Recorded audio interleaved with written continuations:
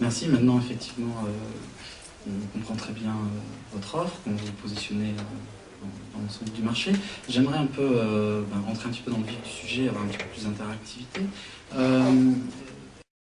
Chacun vous positionnez en nous disant qui vous écoutez, quel genre de contenu, quoi, qu'est-ce que vous analysez et pourquoi vous analysez. Que chacun fasse un choix un petit peu parmi l'ensemble de ses clients, parce qu'effectivement, vos clients vous demandent plein de choses différentes. Mais aujourd'hui, qui vous écoutez, qu'est-ce qu'ils disent et pourquoi vous le faites? Si on respecte l'ordre, je repars en sens inverse. Donc je vais illustrer ça par un exemple. Donc sans rentrer dans l'exemple de tout à l'heure, parce qu'après on rentre dans la méthodologie. On travaille pour un client qui s'appelle la France, en l'occurrence. Et pour ce client-là, donc on va aller s'intéresser à ce qu'on appelle le parcours client. Donc c'est-à-dire qu'est-ce que les clients d'Air France disent, quels sont leurs comportements, leurs pressentis sur les différentes étapes du parcours client, c'est-à-dire je vais choisir ma destination jusqu'à je rentre dans l'avion, etc., etc. Donc on suit ce parcours client et on va analyser l'ensemble des retours que l'on obtient via les différents médias sociaux. Et chaque média social a sa particularité, c'est-à-dire qu'il fournit un certain type d'informations, il est à manipuler avec des outils particuliers, à la fois en termes de capture, puisque le média en soi a sa spécificité, mais aussi en termes d'influence et de pertinence. Donc là, le qui, c'est le consommateur, dans un parcours d'achat. Dans l'exemple précis. Et donc ce que vous collectez, c'est son retour sur le parcours d'achat. Et pourquoi? Pour effectivement... Et là, en l'occurrence, l'objectif de tout ça, c'est de venir alimenter des équipes de marketing opérationnel ou un social media hub au sein de l'entreprise qui va venir directement dialoguer avec les clients, qui va venir ajuster les campagnes de marketing, campagnes de communication. Et le client, dans ce cas-là, c'est un responsable du marketing? C'est un responsable du marketing. D'accord.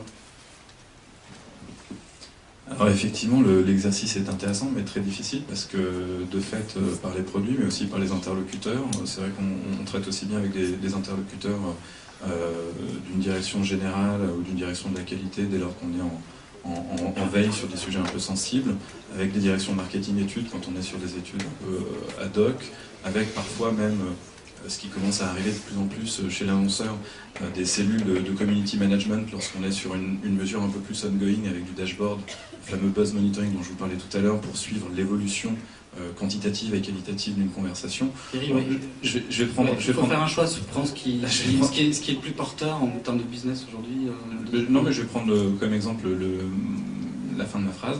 Donc le buzz monitoring, par exemple, donc nous travaillons actuellement pour Danone sur une partie sur les eaux de Danone, et le but pour eux est de disposer d'un outil d'aide à la décision, d'un outil de pilotage pour le community management de la marque, donc détecter la typologie de consommateurs qui s'exprime le plus à propos de l'eau, de l'hydratation, pour pouvoir au fur et à mesure adapter sa stratégie de prise de parole auprès de ses communautés. Donc là, c'est qui tu écoutes?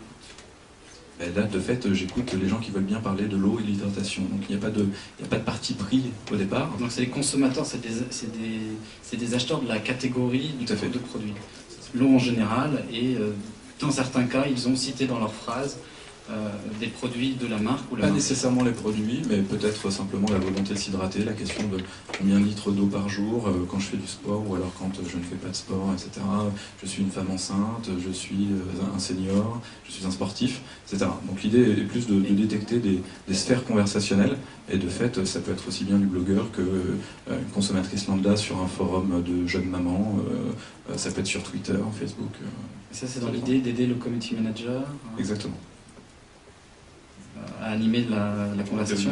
Le community manager, d'une part, a éventuellement à très court terme répondre à des questions, répondre à des objections, mais là on est dans une exception assez limitée, je dirais, de la notion de community management. Ça lui sert surtout sur le long terme à trouver quelles sont les tendances de conversation à propos de l'eau et de l'hydratation, pour pouvoir faire remonter sur une réflexion marketing beaucoup plus globale qui pourra réorienter éventuellement même les prises de parole globales également d'une marque ou de toutes les marques du groupe Danone. Donc là on est un petit peu moins en défense, en e-réputation, et un petit peu plus à nourrir les stratégies de déploiement de la marque et les stratégies conversationnelles. C'est tout à fait ça. Est-ce que c'est le moment d'utiliser les deux transparents que j'ai préparés? Si ça peut t'aider, donc si Isabelle, tu vas répondre à la question, puis... Alors je prends un exemple dans le secteur pharmaceutique. Nos clients sont situés dans des secteurs assez divers et assez larges, mais on a quand même aujourd'hui une certaine expertise dans le secteur pharmaceutique, et à titre d'exemple, on travaille actuellement pour un laboratoire pharmaceutique. Notre interlocuteur est le directeur marketing. Ce laboratoire est actuellement en pré-phase de lancement d'un médicament de lutte contre le diabète. On parle ici d'un état assez avancé, assez grave en tout cas, du diabète. Il se trouve qu'un des principaux concurrents de ce laboratoire lance à peu près à la même période une molécule similaire. Donc on a mis en place une veille à la fois d'alerte mais également stratégique. Et là, en l'occurrence, le discours que l'on suit, c'est le discours des personnes atteintes de diabète qui s'expriment sur le web, et en particulier, pas seulement, mais en particulier sur les forums, puisqu'il y a des forums, alors bien sûr des forums dédiés à la santé de manière générale, mais aussi des forums dédiés à des pathologies particulières, et ce sont des véritables communautés qui s'expriment sur les forums, des communautés d'entraide, avec un discours parfois quasi quotidien.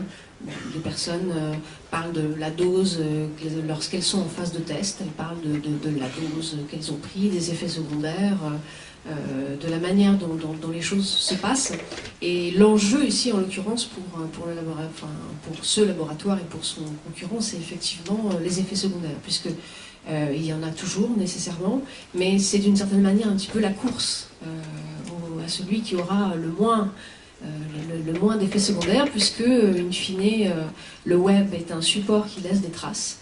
Et si, de manière apparente, il y a un discours assez marqué sur telle ou telle molécule autour des effets secondaires, les risques sont tout simplement que les médecins, et de manière plus générale les prescripteurs, ne choisissent pas telle ou telle molécule. Donc cette veille permet à la fois au marketing, mais aussi bien sûr à la communication, de prendre le pouls, j'ai envie de dire, au jour le jour, et de mesurer le discours qui est exprimé autour de la prise de cette molécule, à la fois au niveau bien sûr des bénéfices, mais aussi des effets secondaires, de manière ensuite à pouvoir éventuellement corriger entre guillemets ce qui est dit. Alors je dis bien entre guillemets parce qu'on est dans un contexte législatif très fort, et à ce titre nous avons mis en place un partenariat avec les laboratoires Vidal qui à leur niveau ensuite, et dans un strict respect de la déontologie, proposent des phases ensuite d'action adaptées aux éléments recueillis à travers cette veille. Donc Bernard, je vais mettre tes slides. Effectivement, ce qu'on voit, c'est il y a plusieurs personnes qui vont être écoutées. Dans différents espaces, on va pouvoir collecter différents contenus pour différents objectifs. Et les outils, aujourd'hui, permettent de faire ça.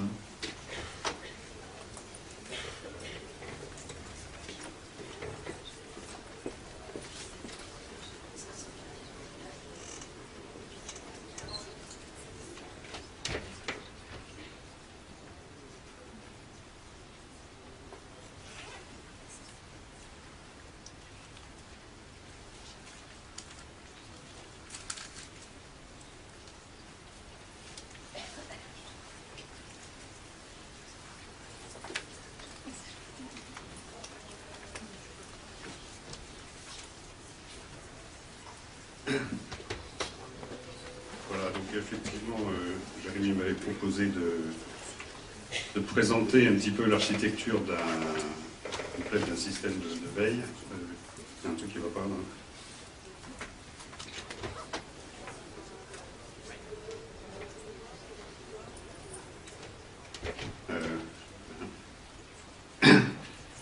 Bon, donc l'architecture générale de notre système, et la plupart des systèmes fonctionnent un peu de la même manière, c'est qu'on va lancer une étude sur un sujet donné, une veille sur un sujet donné, et on va commencer par définir un ensemble de thématiques qui nous intéressent. Alors ça peut être des noms de produits, des noms de technologies, des personnes, des partis politiques, on veut, des médicaments, pharma. Et puis on va lancer des outils qui vont partir sur l'ensemble des sources, donc sur l'Internet, sur Twitter, sur Facebook, sur les blogs, etc. Et on va recueillir tout ce qu'on peut sur les thématiques en question. Alors, une des difficultés, c'est de pouvoir remonter un peu en arrière. Selon les sources, et selon les types de sources, on peut ou on ne peut pas. Par exemple, Twitter ne garde que 5 ou 10 jours. Il y a 1 ou 2 prestataires américains qui essayent de récupérer et de stocker le plus de tweets possible, mais de manière standard, l'outil proposé par Twitter ne permet de remonter que 5 jours en arrière. Et encore, ça dépend, parce que si vous êtes sur un sujet qui est très tweeté, vous n'avez que 2-3 jours. Si vous êtes sur un sujet qui est peu tweeté, vous allez remonter 15 jours. Donc déjà, c'est flou tout ça, c'est pas très facile de savoir où ça commence et ça s'arrête. Les forums, c'est probablement là, pour répondre à la question d'avant, que se trouve le plus d'informations intéressantes, parce que c'est là aussi que les consommateurs s'expriment probablement de manière la plus spontanée, mais c'est aussi là où c'est le vrac le plus invraisemblable et où il y a le plus de difficultés à extraire une information intéressante.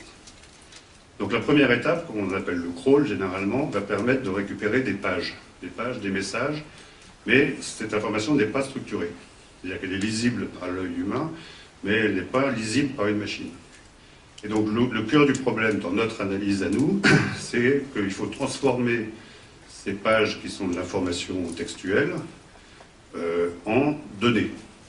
Et pour ça, il faut avoir des outils, on appelle des outils de text mining, qui vont analyser le corps du texte et en extraire une information sur laquelle on pourra faire des calculs. Donc des personnes, des lieux, des marques, des thématiques, des tonalités, etc. Et ça, c'est pas très simple, parce que autant reconnaître le nom d'une personne dans un texte, on peut imaginer que c'est relativement simple, autant reconnaître un avis, c'est autrement plus complexe. Et donc, une des clés dans notre approche, en tout cas, et si on cherche à automatiser, non pas tout, mais le plus possible, le traitement, c'est d'avoir des outils d'analyse, ce qu'on appelle d'analyse sémantique, qui sont en fait une combinaison de logiciels et de dictionnaires de données qui vont décrire la langue en général, avec toutes ses variantes, notamment la langue des tweets n'est pas la même que celle des blogs, et ni celle des forums, ni celle de la presse. Des variations. Il ne faut pas que les automates se plantent parce qu'ils tombent sur un mot comme MDR ou LOL dans un tweet. Donc, premièrement, l'analyse du contenu. L'analyse du contenu, ça va être en gros, qu'est-ce qui se dit et où, et qui dit quoi. Mais il y a une deuxième problématique qui est importante, c'est l'analyse des liens. C'est les réseaux d'influence. C'est qui parle à qui. Quel site, quel autre site. C'est-à-dire comment une information, une opinion va se propager de personne en personne. Et ça, c'est une deuxième problématique. C'est plus du text mining, mais c'est du link mining. C'est un terme qui apparaît depuis un moment. Qui fait appel à d'autres technologies qui sont des technologies, en fait c'est des maths, c'est des calculs sur des gros graphes, et ça correspond à certaines technologies particulières. C'est pas le métier de Lingway, mais on a un partenaire qui s'appelle Pico avec qui on travaille, qui permet de construire comme ça des cartes d'acteurs sur l'Internet. Une fois qu'on est passé dans ces moulinettes, on a effectivement une base de données. C'est-à-dire qu'on a des données, des textes qui sont enrichis, sur lesquels on va pouvoir faire effectivement des calculs et des opérations. Et donc on va sortir, là, effectivement, des dashboards, des camemberts, des histogrammes, ce qu'on veut, qui sont des informations structurées qu'on va pouvoir transmettre à un analyste qui donnera à son client. Alors juste pour vous donner un exemple ici qui est sur le cas de l'Agence française des médicaments. Vous savez qu'il y a 77 médicaments qui ont été mis sous contrôle parce qu'ils sont porteurs éventuellement de difficultés. Donc quelle est l'information de départ? L'information de départ, c'est la liste des 77 médicaments. Et là, on va surtout sur les forums. Donc on récupère je crois à peu près 15 000 messages. Décidément, j'ai un problème avec ce PowerPoint. Donc là, c'est un exemple d'un blog par derrière, c'est dans Doctissimo, je crois. Et puis, la plateforme va sortir ce type d'analyse, va dire que sur un médicament donné, par exemple, qui est le Stilnox, donc il a fallu analyser dans les textes, retrouver les commentaires, à l'intérieur des commentaires, isoler le verbatim qui parle de tel médicament, en l'occurrence ici le Stilnox, et là, qui est un somnifère, et là le logiciel va repérer des thématiques qui sont associées par les internautes à ce médicament particulier. Et là, vous voyez, c'est l'anxiété, c'est des poisons, il y a des effets secondaires, des risques, des troubles, des maladies, des hallucinations.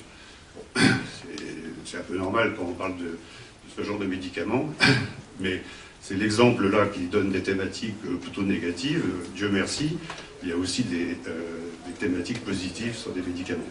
Il y a des gens qui disent que oui, c'est bien, ça soigne, ça soulage, etc. Voilà, c'est juste un exemple pour montrer un peu la chaîne de traitement globale.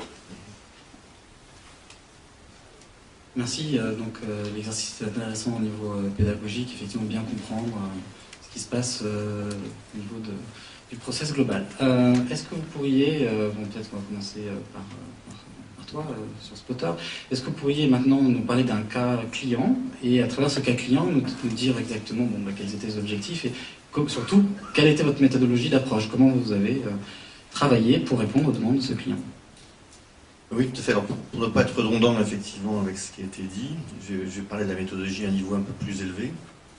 En fait, que ce soit pour une étude ou pour une veille, chez Spotter, on a 3 phases. On a la phase de préparation, la phase d'initialisation, mise en place, et ensuite la phase de veille ou d'exploitation des résultats.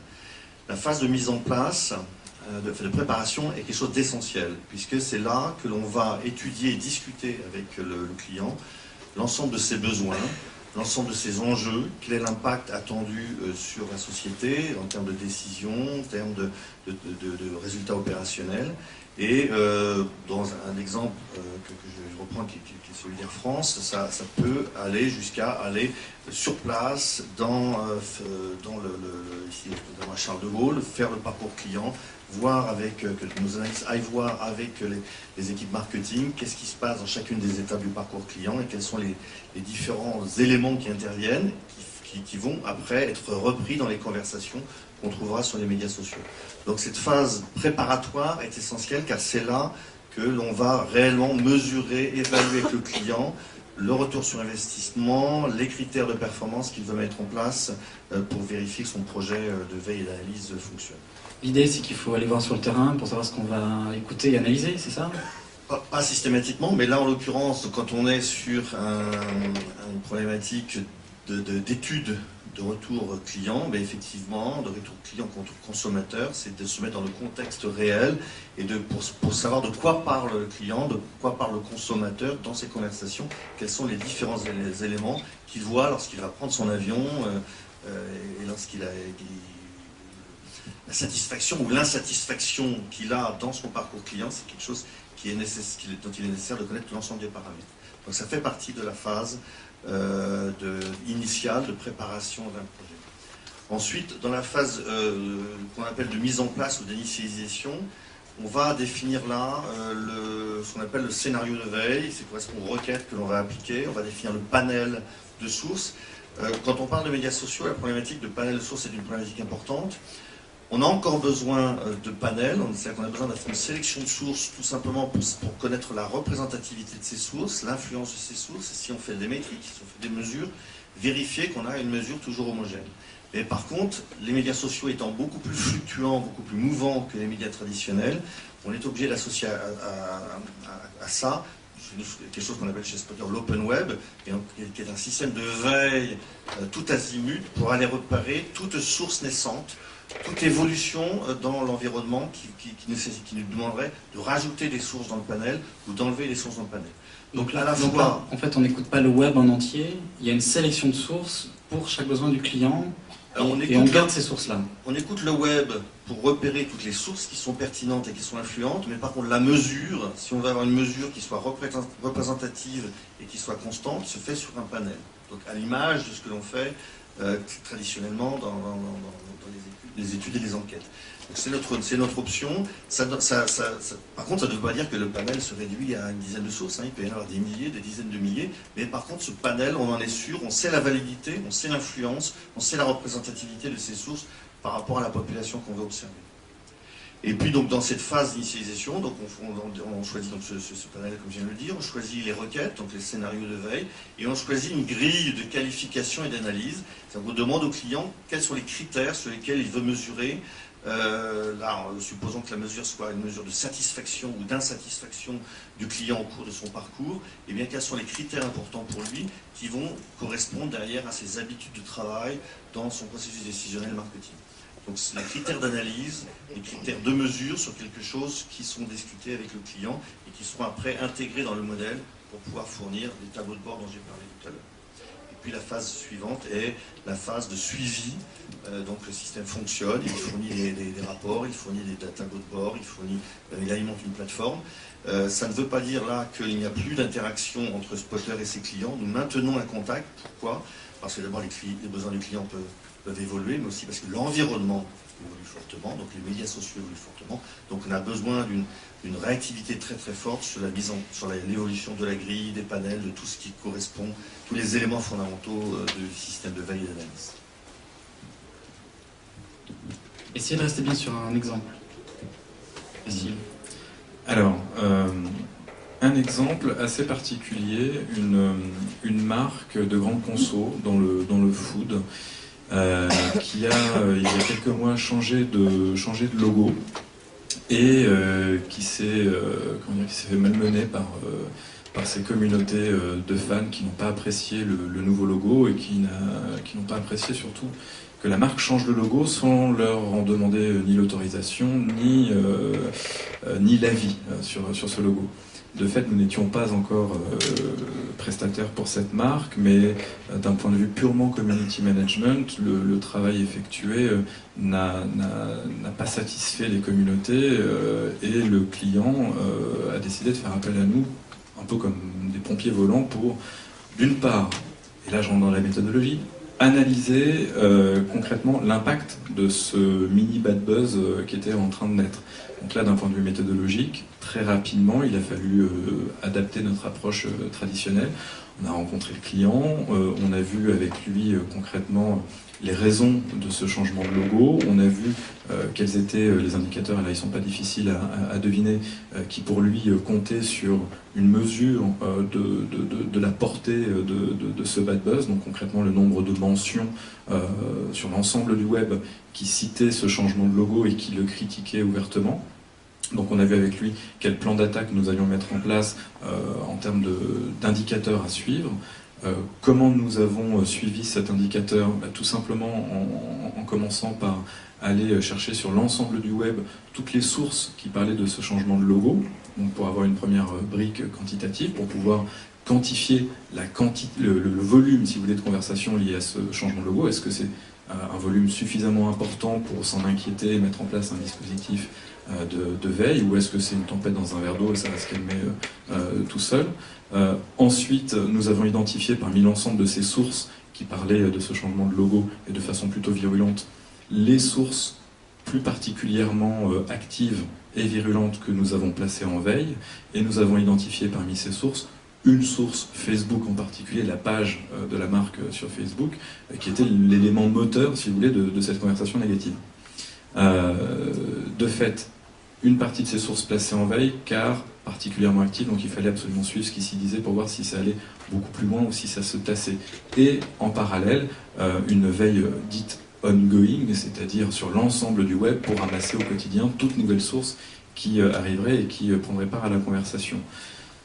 Enfin, dernière étape, reprendre et aider le client à reprendre la main sur justement cette conversation qui lui avait totalement échappé, pour pouvoir apporter des éléments d'explication aux différents consommateurs ou non consommateurs d'ailleurs de la marque qui s'exprimaient sur ce changement de logo. Il y avait, pour l'anecdote, il y avait beaucoup de professionnels du marketing, de la communication, des blogueurs dits influents qui s'expriment quotidiennement sur le marketing. Et les premiers, si vous voulez, à taper sur la tête de la marque étaient des gens de marketing et des community managers qui se régalaient d'une marque qui se prenait les pieds dans le tapis comme ça. Donc il fallait pouvoir les isoler pour pouvoir prendre le recul nécessaire par rapport à ce bad buzz. Concrètement, les gens qui tapaient aussi fort sur la marque n'étaient pas les consommateurs de la marque. Donc, in fine, pour le client, c'était très important de le savoir. Néanmoins, Isabelle le disait à juste titre, le web est un média qui laisse des traces. Donc, pour autant, lorsqu'on a dit que les gens qui critiquent très négativement la marque pour ce changement de logo ne sont pas les consommateurs, il faut quand même imaginer une stratégie de réponse et, in fine, si vous voulez, de vases communicants pour faire en sorte que ces traces disparaissent au fur et à mesure dans les pages de résultats des moteurs de recherche le plus loin possible, grâce à un afflux d'informations et grâce à un afflux de conversations qui, elle, est gérée par la marque, car elle reprend la main vis-à-vis de ses vrais consommateurs, en leur apportant des éléments d'explication concernant ce bad buzz, et surtout en lui parlant d'autres choses. Bon, quelques mois se sont écoulés, et aujourd'hui, le fait est que les métriques que nous avons mis en place, dont je vous parlais tout à l'heure, c'est-à-dire la quantité de mentions concernant ce changement de logo, ont considérablement baissé, et aujourd'hui la conversation a repris forme autour du produit et des autres éléments de prise de parole, communication, promotion de la marque. Moi, je vais prendre un exemple dans le Bernard, secteur... Oui. Bernard. Pardon. Est-ce que tu peux passer le micro, parce qu'en fait, ce serait bien que prenne la parole. Excuse-moi. J'ai fait un signe, j'aurais dû te faire un signe aussi.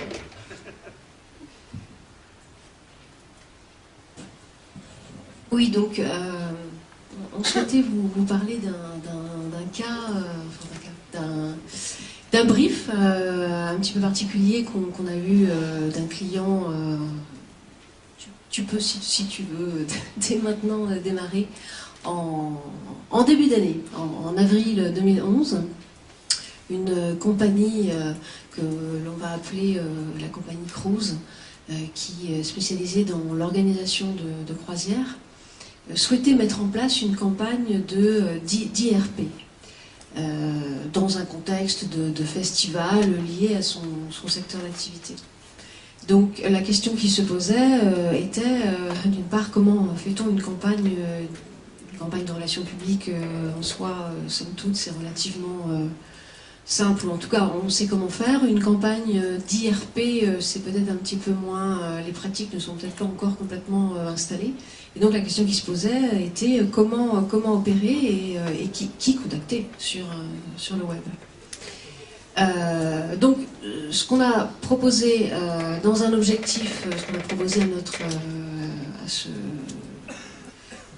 la compagnie Cruise, qui est devenue un client, deux objectifs. Un objectif stratégique qui était d'identifier, on a défini un top 20 de leaders d'opinion qui s'expriment sur Internet, et on va voir en quoi ils sont leaders. Et puis concrètement, en termes d'objectifs opérationnels, l'ensemble de la prestation consistait à fournir des fiches de profil de 10 influenceurs de manière à pouvoir ensuite directement les contacter. En termes de méthodologie, je vous ai évité tout le déroulé d'une méthodologie de 5 slides, d'autant que depuis, c'est une prestation qui a évolué, et c'est une offre que l'on va sortir, que l'on va proposer dans les prochains jours, qui passe depuis par une autre étape dont je vais vous parler également, mais de manière rapide et synthétique. La première étape a consisté à faire des recherches préliminaires, c'est-à-dire des recherches sémantiques qui permettaient d'identifier à la fois des personnes qui tiennent des discours concernant la marque, mais aussi concernant l'univers de la marque, donc ses concurrents, en tout cas ses principaux concurrents, et puis également des personnes qui expriment des discours concernant ce qu'on appelle l'univers élargi de la marque. À titre d'exemple, ici, la compagnie Cruise étant une compagnie qui propose des voyages. L'univers élargi, c'est celui des loisirs, du tourisme.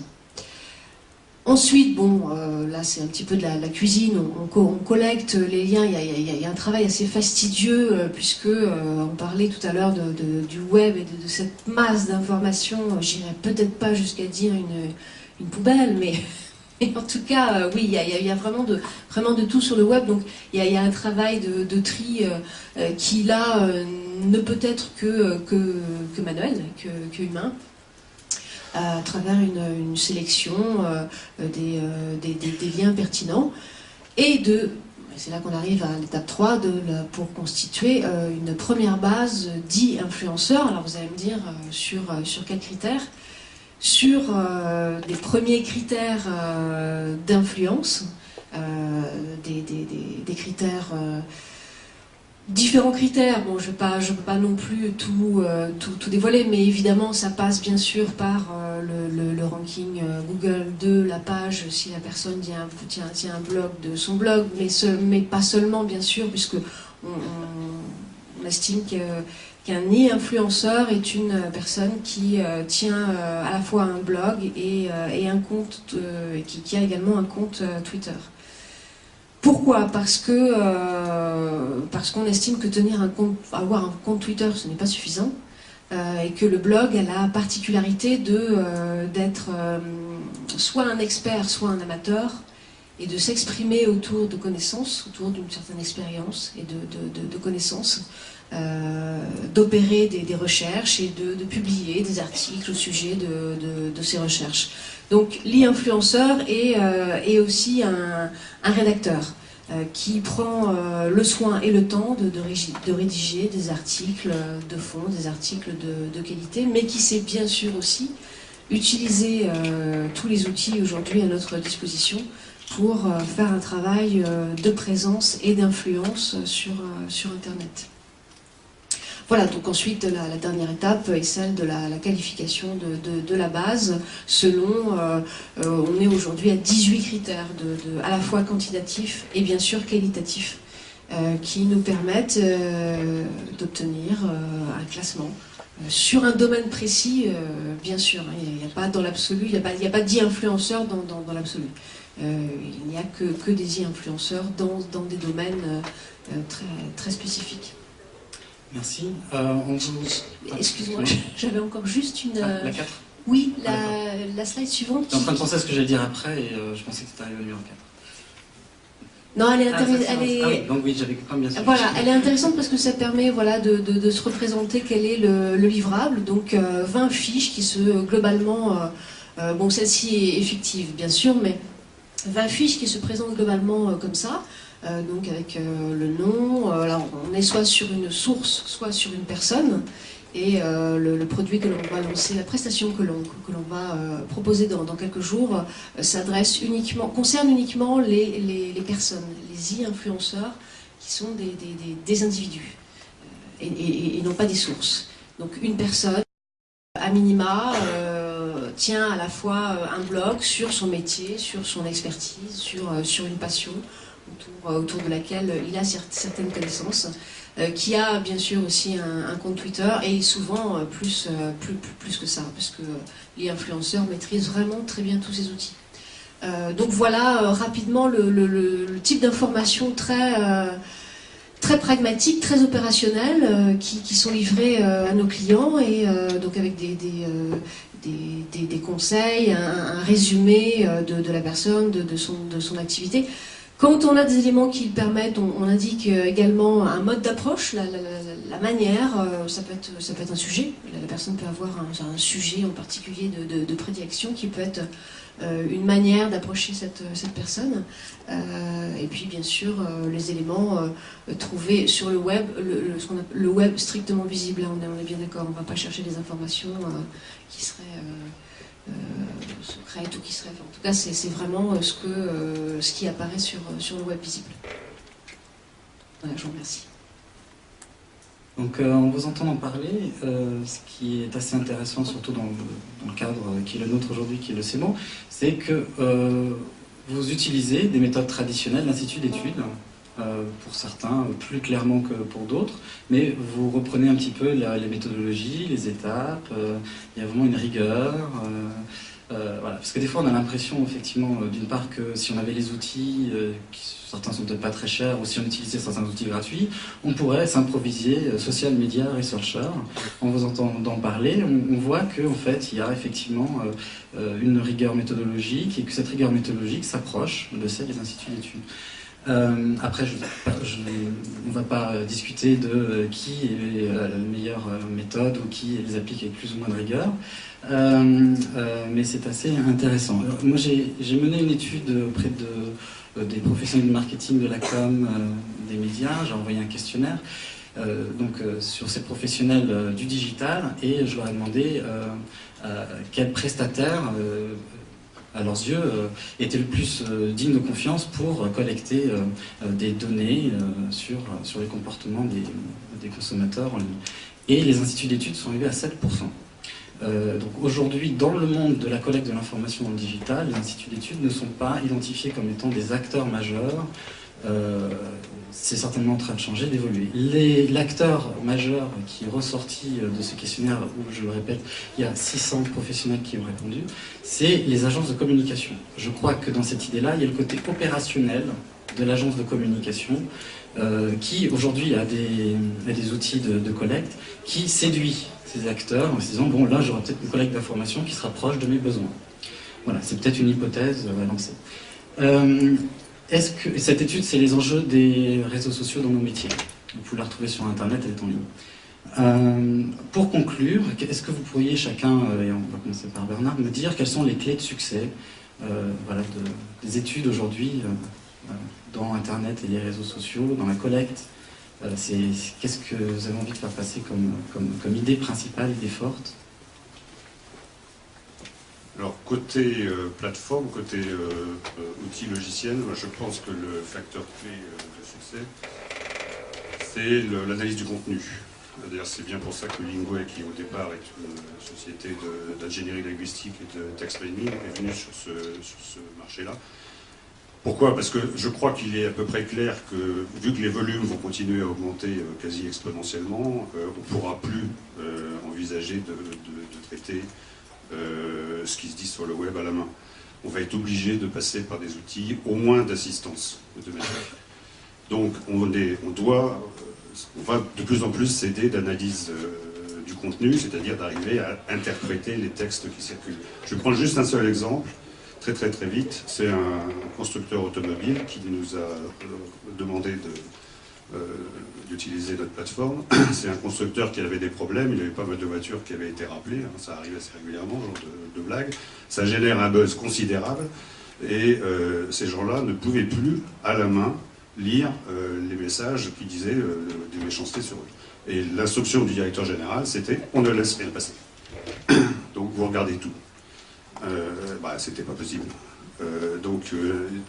Pourquoi est-ce qu'ils ont pris notre plateforme? Justement à cause de l'analyse du contenu, parce qu'on pouvait identifier les messages négatifs. C'était ça qu'ils voulaient. Et ensuite dire ça c'est négatif sur le freinage, ça sur la sécurité, ça sur le prix, ça sur ceci, ça sur cela. Puis après ils se sont rendus compte que ça serait bien de regarder la même chose chez les concurrents, etc. Maintenant on en est à plus d'1,5 million de messages. Donc c'est évidemment pas possible de faire ça à la main. Et il y a eu pas mal de... Leur problème, c'est d'arriver à faire en sorte que les analystes lisent un nombre raisonnable de messages par jour. Donc il faut faire des réglages pour qu'on ne sorte que des messages dont on est à peu près sûr qu'ils sont effectivement négatifs et sur la thématique qui est demandée. Bon, voilà un exemple. C'est des gens, ils ont trop de messages, ils peuvent plus les lire, ils peuvent plus faire ça à la main et il faut s'aider avec des machines. Merci. Pour les autres, vraiment une idée forte? Moi, c'est dommage, j'avais 2 facteurs clés de succès. Mais... Je vais faire court. Le vrai facteur clé de succès pour moi aujourd'hui, ça fait 6 ans et demi qu'on existe et qu'on voit comment le marché se comporte et les besoins surtout des clients. Ça n'est précisément plus justement de vouloir tout écouter. Ça, c'est l'écueil à éviter. Il faut commencer par une étude de cadrage pour savoir globalement ce qui se dit sur votre marque, sur votre produit, et puis après vous consacrez sur 1 ou 2 sujets que vous allez analyser en profondeur et que vous allez suivre sur le long terme en profondeur et qui sont éminemment stratégiques pour vous. Tout le reste, c'est de la littérature qui vous fera perdre du temps et des ressources. Ça, c'est mon premier facteur clé de succès. Et pour faire très court, le deuxième, c'est que le vrai facteur clé de succès, je rebondis sur ce que tu nous disais, Jérémy, sur ton étude, c'est qu'aujourd'hui, il faut faire appel à des spécialistes. Or, pour moi, les agences de communication qui intègrent ce métier, parce que, comme elles l'ont toujours fait, les agences de communication intègrent à un moment ou à un autre l'ensemble de la chaîne de valeur, ça n'est pas faire appel aux bons spécialistes, et c'est faire appel surtout à quelqu'un qui peut être considéré comme à la fois juge et partie. Je ne vais pas revenir sur certains critères de succès qui ont été évoqués, j'adhère aussi, bien sûr, mais j'en rajouterai deux autres. Je pense qu'aujourd'hui, il y a un enjeu très fort d'être capable de couvrir à la fois des besoins opérationnels et des besoins stratégiques. Quand je dis stratégique, c'est comment on peut influencer, comment on peut aider à définir et construire une stratégie marketing. Et au niveau opérationnel, c'est, pour prendre un exemple, d'une grande compagnie de fast-food qui lance des burgers avec différents parfums, et bien comment est-ce qu'on peut en quasi temps réel évaluer quelle est la satisfaction, quel est le plaisir des consommateurs face à ces différents parfums, et comment est-ce qu'on peut déjà réajuster la campagne suivante. Donc c'est à la fois ces besoins purement opérationnels, de marketing opérationnel, ou des choses qui sont beaucoup plus stratégiques.